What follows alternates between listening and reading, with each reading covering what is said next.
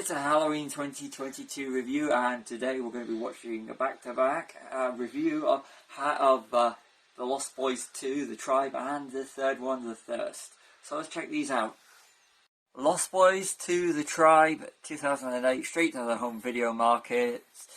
Sequel to The Lost Boys. Now, as a vampire movie and a horror movie, this does really fit into the 2000s horror. You know, it's...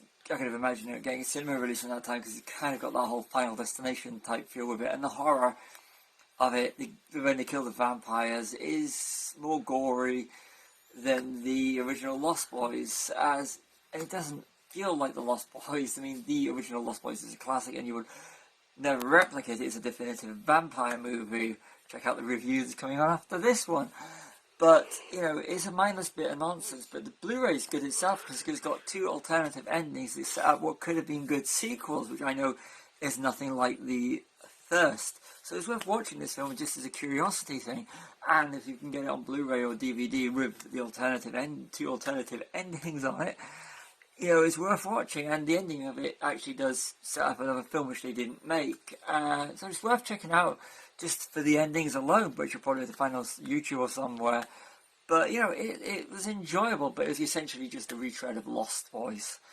Okay, I'm coming up, and I'm going to, straight after this, the next cut is going to be the third one, The Thirst, which I'm just about to watch. Lost Boys, The Thirst.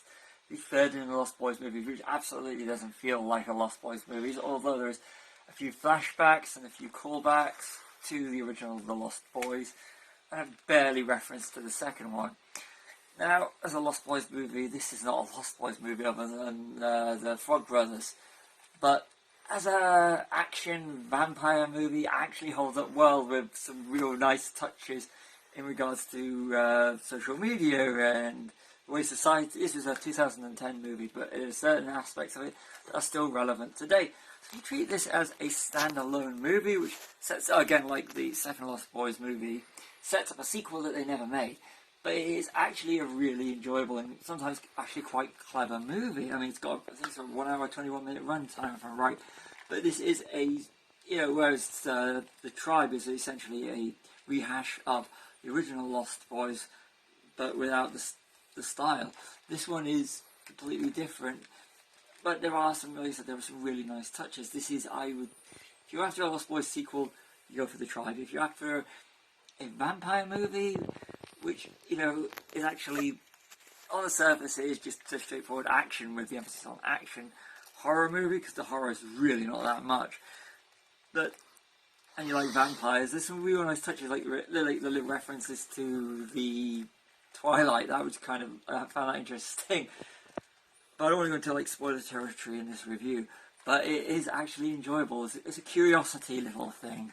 So The Thirst, as a vampire movie, as something that is kind of socially relevant, then watch this.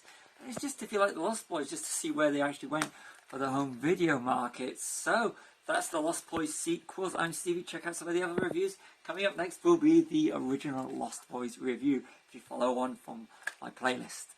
See you all soon.